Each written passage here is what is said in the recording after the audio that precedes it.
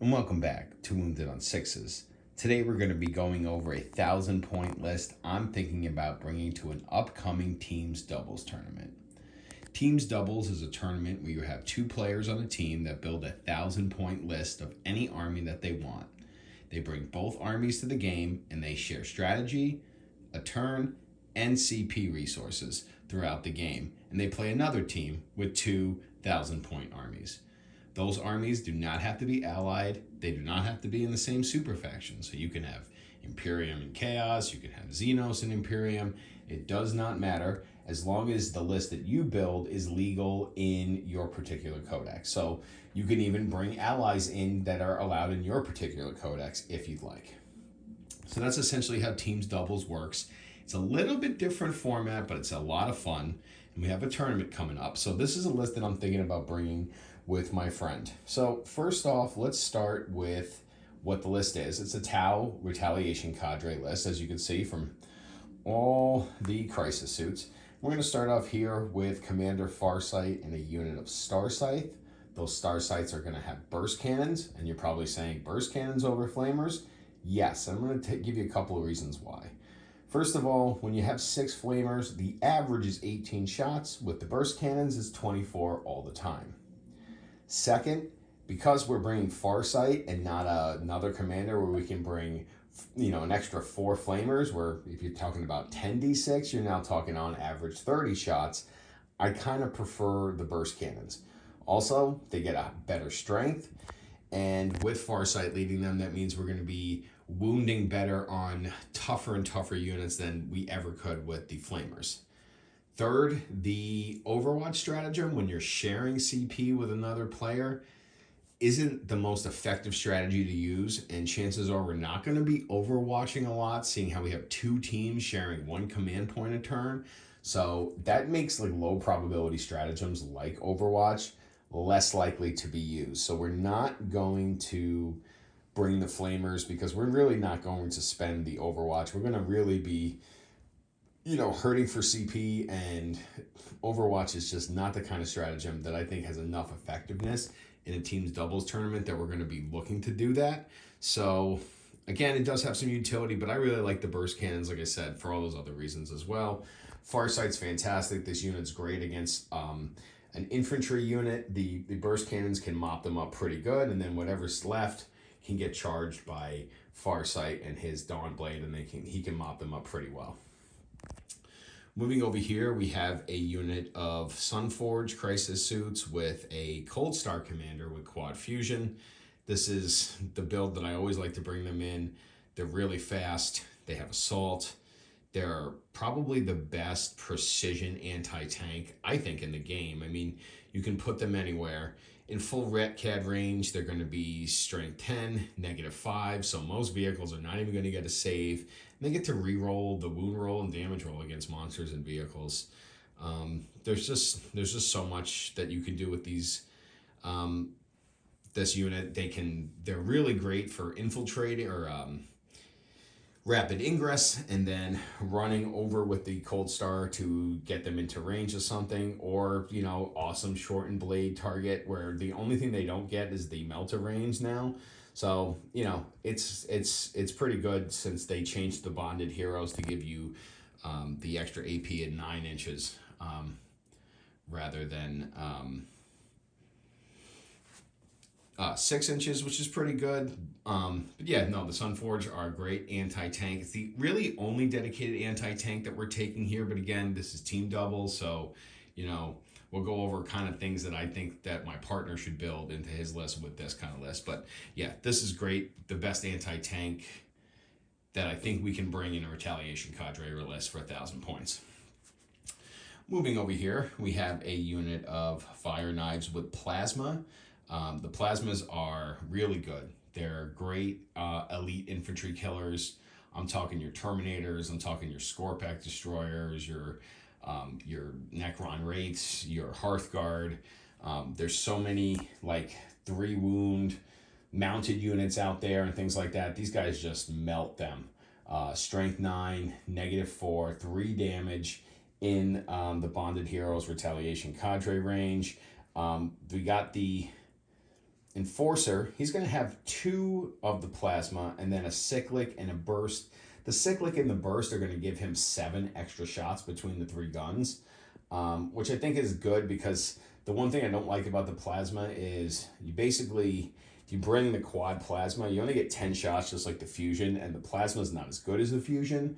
So I like to give the Enforcer a little bit extra shots with his cyclic and the burst cannon. They're all the same range. So it's all 18 inches, so there's no difference there. He's always going to get it if the unit's in range. So, and also the -1 to AP against the unit in shooting, you know, their light armor of contempt from the Enforcer is really good, especially if you're in cover.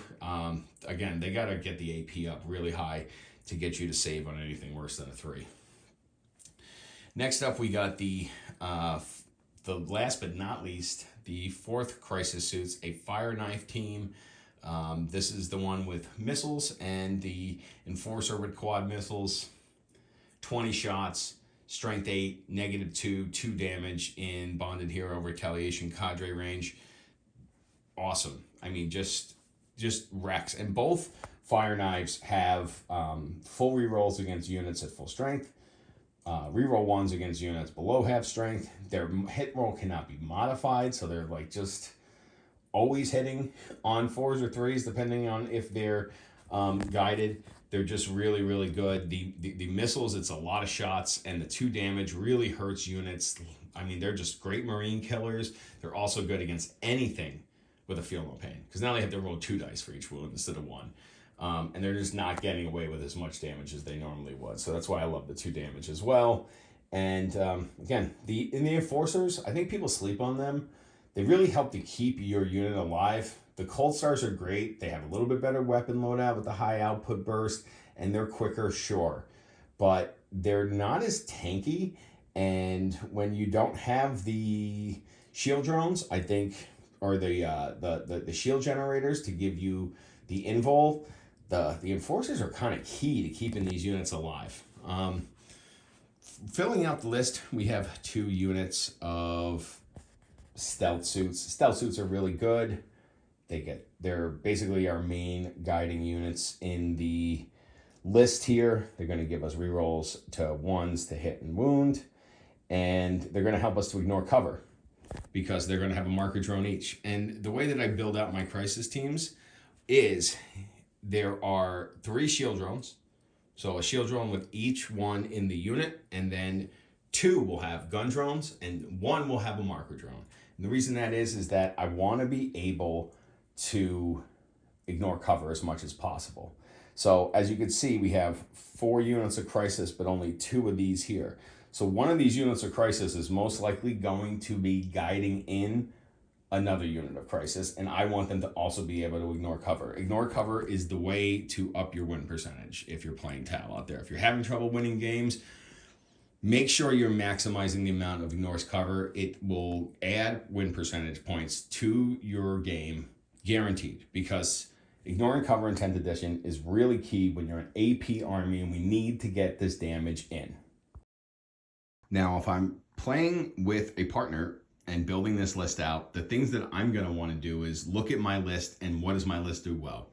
This list really kind of sells out for damage. It doesn't score points, it doesn't do actions. It sells out for damage and board control and precision attacks that are going to cripple enemy units. So if I was helping my partner build his list, and I'm bringing this list, we would want to fill his list out with things that are going to score points, things that are going to screen out melee units, because we don't want our crisis suits getting tapped. Although, you know, we're not bad in combat at surviving, but it's not something that we want to do with these guys.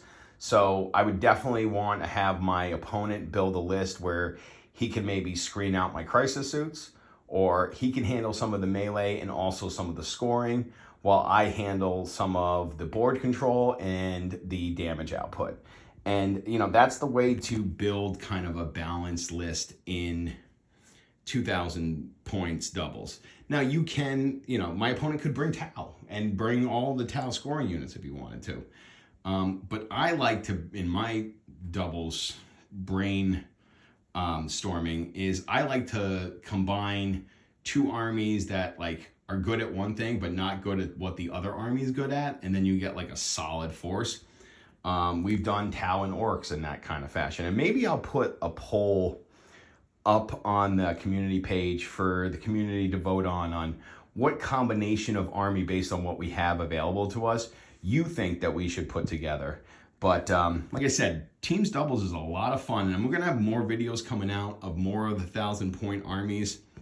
Again, if I was bringing 1,000 points in singles, I probably wouldn't go exactly like this.